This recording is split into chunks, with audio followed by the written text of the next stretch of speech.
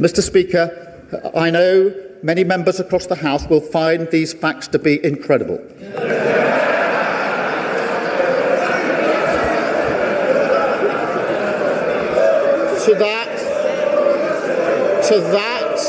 To that, I can only say they are right.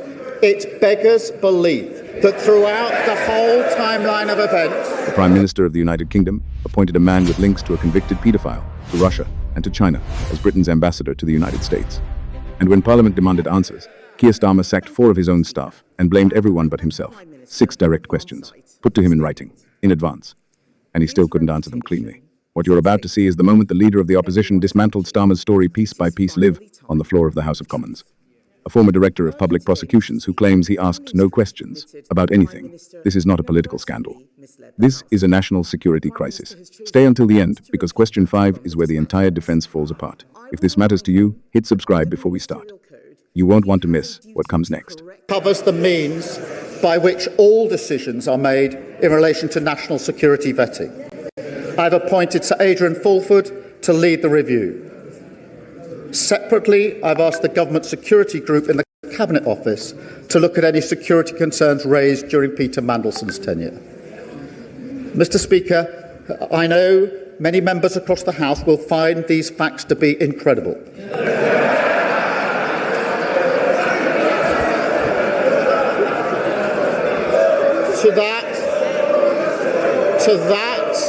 To that, I can only say they are right. It beggars belief that throughout the whole timeline of events, officials in the Foreign Office saw fit to withhold this information from the most senior ministers in our system in government.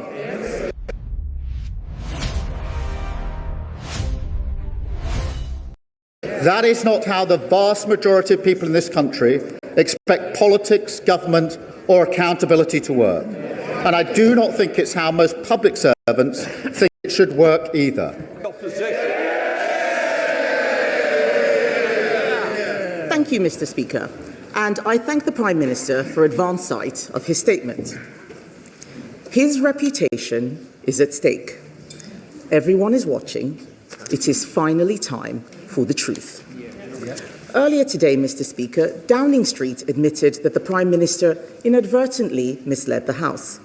The Prime Minister has chosen not to repeat that from the dispatch box. I will remind him that under the Ministerial Code, he has a duty to correct the record at the earliest opportunity. The Prime Minister says he only found out on Tuesday that Peter Mandelson failed the security vetting. The earliest opportunity to correct the record was Prime Minister's questions on Wednesday, almost a week ago. This is a breach of the Ministerial Code. Under that code, he is bound to be as open as possible with Parliament and the public in answering questions today. So let me start with what we do know. We know the Prime Minister personally appointed Peter Mandelson to be our ambassador to the United States. We know that Mandelson had a close relationship with a convicted paedophile. We know that he had concerning links with Russia and China, links that had already raised red flags. We know that the Prime Minister announced the appointment before vetting was complete, an extraordinary and unprecedented step for the role of US ambassador. The Prime Minister says that it was usual for this because it was a political appointment. So I will remind him and the rest of the Labour front bench who are heckling that Peter Mandelson was a politician who had been sacked twice from government for lying. That meant he should have gone through the full security process. And we also know, finally, Mr. Speaker, that when Peter Mandelson failed the security vetting, he was allowed to continue in the role with access to top secret intelligence and security information. This goes beyond propriety and ethics. This is a matter of national security. So let me turn to what we do not know. We still do not know exactly why Peter Mandelson failed that vetting. We do not know what risks our country was exposed to, and we do not know how it is possible that the Prime Minister said repeatedly that this was a failure of vetting, went on television and said things that were blatantly incorrect, and not a single advisor or a single official told him that what he was saying wasn't true. At every turn, with every explanation, the government story has become murkier and more contradictory. It is time for the truth. There are too many questions to ask in the allotted time, Mr. Speaker, so I'm now going to ask the Prime Minister just 6 questions, and I have taken the unprecedented step of providing these questions to the Prime Minister in advance. So he has them in front of him, and I have asked for these questions to be put online for the public. They and I expect him to answer. The Prime Minister appointed a national security risk to our most sensitive diplomatic post. Let's look at how this happened. The Right Honourable Gentleman told me at PMQs in September 2025 that full due process was followed in this appointment. We now know that in November 2024, Lord Case, the then Cabinet Secretary, told him this process required security vetting to be done before the appointment. He did not mention any of what Lord Case said in his statement earlier. So, first question, does the Prime Minister accept that when he said on the floor of the House that full due process was followed, this was not true? Secondly, on the 11th of September last year, journalists asked his Director of Communications if it was true that Mandelson had failed security vetting. These allegations were on the front page of a national newspaper, and yet Number 10 did not deny the story. Why? 3. Will the Prime Minister repeat from the dispatch box his words last week that no one in Number 10 was aware before Tuesday that Mandelson had failed his vetting? The Prime Minister says he's furious that he wasn't told the recommendations of the vetting. Yet on the 16th of September, a Foreign Office Minister told Parliament, and I quote, "The national security vetting process is rightly independent of ministers who are not informed of any findings other than the final outcome." This was the government's stated process. So why is the Prime Minister so furious that it was followed? On the 4th of February 2026, the Prime Minister, 5th question, Mr. Speaker, on the 4th of February 2026, the Prime Minister told me from the dispatch box that the security vetting he had received had revealed Mandelson's relationship with Epstein. How could he say that if he had not seen the security vetting? And finally, Mr. Speaker, Sistema is a Russian defense company closely linked to the Kremlin and Vladimir Putin's war machine. Was the Prime Minister aware before the appointment that Peter Mandelson had remained a director of that company long after Russia's invasion of Crimea? Mr. Speaker, everyone makes mistakes. It is how you face up to those mistakes that shows the character of a leader. Instead of taking responsibility for the decisions he made, the Prime Minister has thrown his staff and his officials under the bus.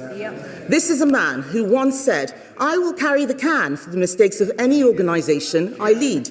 Instead, he has sacked his Cabinet Secretary. He has sacked his Director of Communications. He has sacked his Chief of Staff. And he has now sacked the Permanent Secretary of the Foreign Office. All of these people fired for a decision he made. The Right Honourable Gentleman's defence is that he, a former Director of Public Prosecutions, is so lacking in curiosity that he chose to ask no questions about the vetting process. He asked no questions about Mandelson's relationship with Epstein. He asked no questions about the security risk Mandelson posed. Apparently, he didn't even speak to Peter Mandelson before his appointment. It doesn't appear that he asked any questions at all. Why? Because he didn't want to know. He had taken the risk. He had chosen his man. Whitehall had to follow. It is the duty of the Prime Minister to ensure he is telling the truth. Or does the Ministerial Code not apply to him? I'm only holding the Prime Minister to the same standard to which he held others.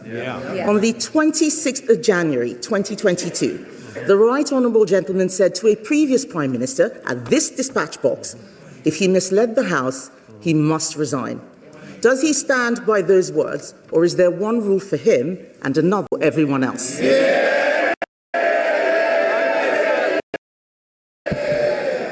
Mr. Speaker, let me respond to those points. Firstly, when I found out what had happened on Tuesday evening last, I wanted to have answers to the question who made the decision to recommend to give clearance on developed vetting contrary to the advice, why that was done, and who knew about it, so that I could provide the information to the House, Mr. Speaker. That is the exercise that's been conducted since Tuesday evening and today, so that I could come here today to give the full account to the House, which I've just set out.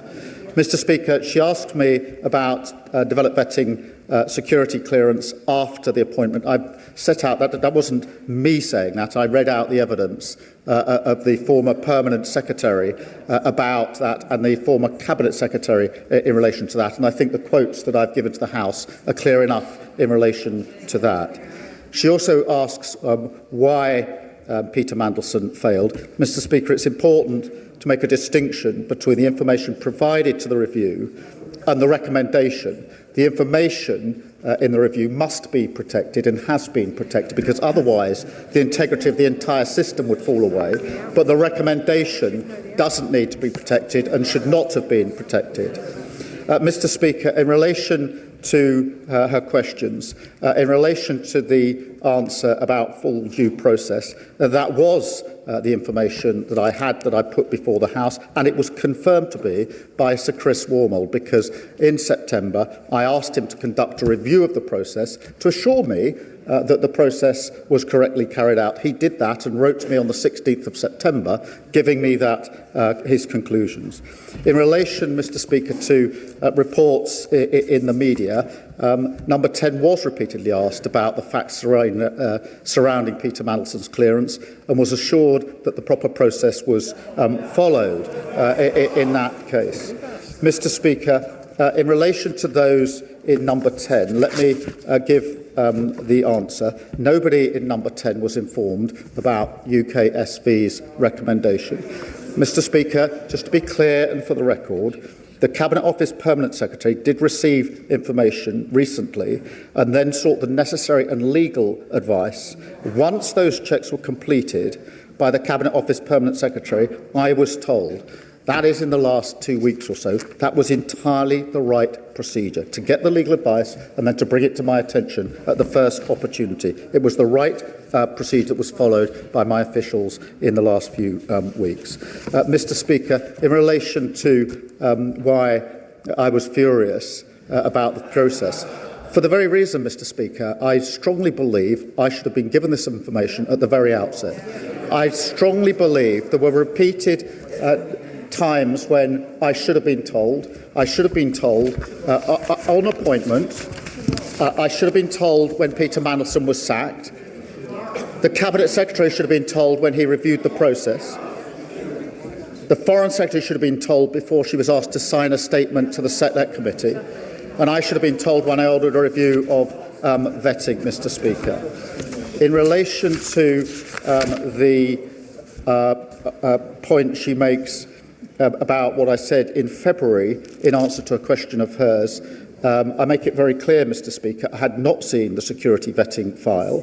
I did not know that UKSV... The question asked me about vetting. I knew about the due diligence, and that's why I put before the House what I knew about the due diligence in relation to Epstein. The question asked me about vetting, and I knew what the due diligence has said, and therefore I told the House what the due diligence has said. I didn't tell them what security vetting had said because I hadn't seen the file in relation to that.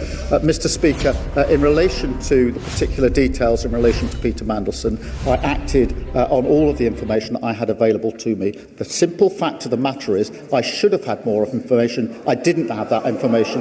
The House should have had that information, and I've now set it out in full to the House. That's why this channel exists. If you watch this far, you already know the mainstream media isn't giving you the full story. So do this right now. Like this video, it takes 2 seconds and it tells the algorithm this story matters. Subscribe and hit the bell because this story is not over. and you'll want to be here for every development. Share it. Send it to someone who still thinks Starmer is the serious one. Let them watch and decide. Comment below. Should Keir Starmer resign? Yes or no? I read every single one. One rule for them, another for everyone else. Not on this channel.